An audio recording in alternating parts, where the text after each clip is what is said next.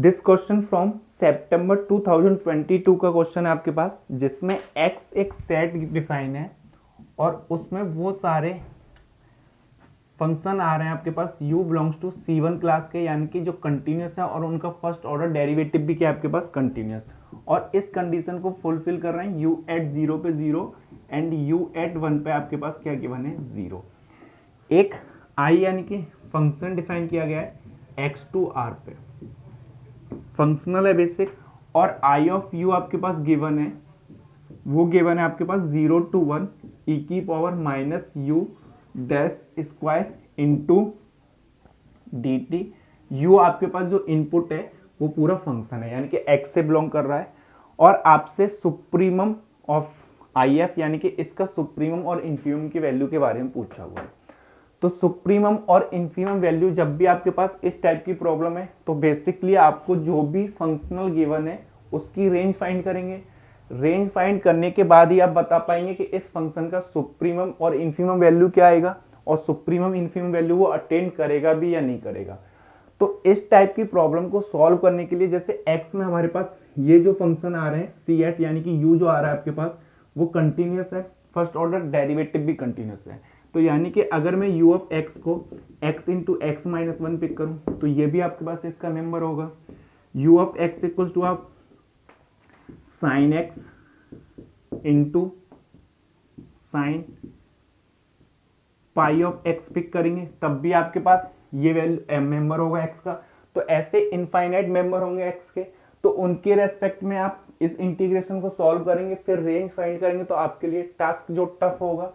But आपको पता है कि आप जो भी गिवन फंक्शनल है उसमें आप आयलर इक्वेशन की हेल्प से जो एक्सट्रीमल फाइंड करते हैं, उन एक्सट्रीमल के एलोंग आपके पास जो गिवन फंक्शनल है वो मैक्सिमाइज या मिनिमाइज होगा।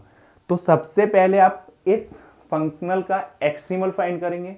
एक्सट्रीमल आप जब फाइंड करेंगे, क्योंकि ये आपके पास dependent variable u and independent variable t से फ्री है हमारे पास, यानी कि जो आपके पास f of t comma u and u dash है वो आपके पास है e की पावर माइनस u डैश का स्क्वायर। यानी कि जब भी आपके पास ये इंडिपेंडेंट और डिपेंडेंट वेरिएबल से फ्री होगा तो आपके पास पता है कि आपको जो एक्सट्रीमल ऑब्टेंड होगा वो हमेशा एक स्ट्रेट लाइन मिलेगा। तो यहाँ से आपके पास जो एक्सट्रीमल ऑब्टेंड होगा वो हमेशा एक स्ट्रेट लाइन मिलेगा। अब आपके पास ये दो कंडीशन है, तो इन दोनों कंडीशन से आप a एंड b की वैल्यू फाइंड कर लेंगे। वो आएंगे आपके पास 0, a equals to 0, b equals to 0 with these two condition. u at 0 pick करूंगा तो b 0 मिलेगा, u एट 1 पिक करूंगा तो a 0 मिलेगा। तो यहाँ से आपके पास जो एक्सट्रीमल मिला वो ट्रिवियल मिला अभी तक। तो यानी कि आपके पास जो गिवन फंक्शनल है वो अलोंग दिस एक्सट्रीमल मैक्सिमाइज या मिनिमाइज होगा। अब हमें डिसाइड करना है कि ये मैक्सिमाइज हो रहा है गिवन फंक्शनल या मिनिमाइज हो रहा है। तो उसके लिए आप क्या फाइंड करेंगे, f of u dash and u dash find करेंगे। अगर ये क्वांटिटी ग्रेटर देन 0 है तो आपके पास मिनिमाइज होगा, लेस देन 0 तो आपके पास मैक्सिमाइज होगा। तो जब मैं इसको फाइंड करूंगा f u डैश, इसका derivative with respect to u dash find करेंगे तो e की पावर माइनस u डैश का स्क्वायर इंटू इसका डेरिवेटिव करूंगा तो minus 2 u dash. Again derivative करेंगे with respect to u dash, तो वो क्या मिलेगा आपके पास u dash equals to e की power minus u dash square into फिर अगेन करूंगा तो माइनस 4 u डैश का स्क्वायर प्लस फर्स्ट फंक्शन आपने ये रखा है इसका डेरिवेटिव किया, प्लस आप करेंगे minus 2 times u dash first function into second का derivative plus second function into first का डेरिवेटिव। तो सेकंड फंक्शन अब आपके पास फर्स्ट फंक्शन इंटू सेकंड का डेरिवेटिव, आपने फर्स्ट फंक्शन इसको अज्यूम किया है, सेकंड ये किया है तो इसका डेरिवेटिव इसको एज इट इज रखा है, इसका डेरिवेटिव किया। अब आपके पास ये एज इट इज रहेगा तो e की power minus u dash square into इसका डेरिवेटिव करेंगे तो माइनस 2। और आपके पास अब इसकी जो वैल्यू फाइंड करने के लिए, यानी कि इसको साइन डिसाइड करने के लिए आपको एक्सट्रीमल की नीड हो रही है। वो क्या है आपके पास u इक्वल टू ट्रिवियल, इसका डेरिवेटिव भी क्या आएगा आपके पास 0। तो यहाँ से f ऑफ u डैश आपके पास क्या आएगा minus 2 which is less than 0। तो यानी कि आपके पास जो गिवन फंक्शनल है वो अलोंग दिस एक्सट्रीमल क्या होगा मैक्सिमाइज होगा, और मैक्सिमाइज जो होता है हमारे पास वो रेंज का मेंबर होगा, यानी कि सेट का मेंबर होता है। तो यानी कि आपके पास जो आई ऑफ यू है उसकी मैक्सिमम वैल्यू तो पता चल गई कि वो क्या होगी आपके पास 1 होगी और वो हमेशा इसकी रेंज का मेंबर होगा।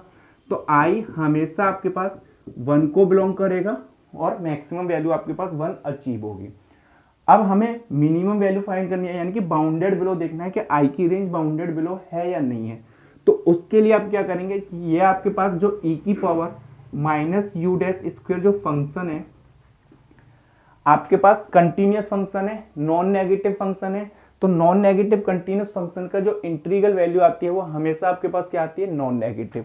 तो यानी कि आपके पास with this property Riemann integral में आप पढ़ते हैं कि अगर कोई नॉन नेगेटिव फंक्शन है और कंटिन्यूस फंक्शन है तो उसकी इंटीग्रल वैल्यू हमेशा नॉन नेगेटिव आएगी, तो वो आपके पास नॉन नेगेटिव आएगी। तो यहां से आपके पास जो गिवन फंक्शनल है उसकी रेंज ये आई। तो यहाँ आपके पास जो इन्फिमम वैल्यू होगी वो 0 होगी, सुप्रीमम वैल्यू आपके पास 1 होगी। सुप्रीमम वैल्यू अटेंड हो रही है, इन्फिमम वैल्यू आपके पास अटेंड नहीं हो रही। तो आपसे यही ऑप्शन को वेरीफाई करना है।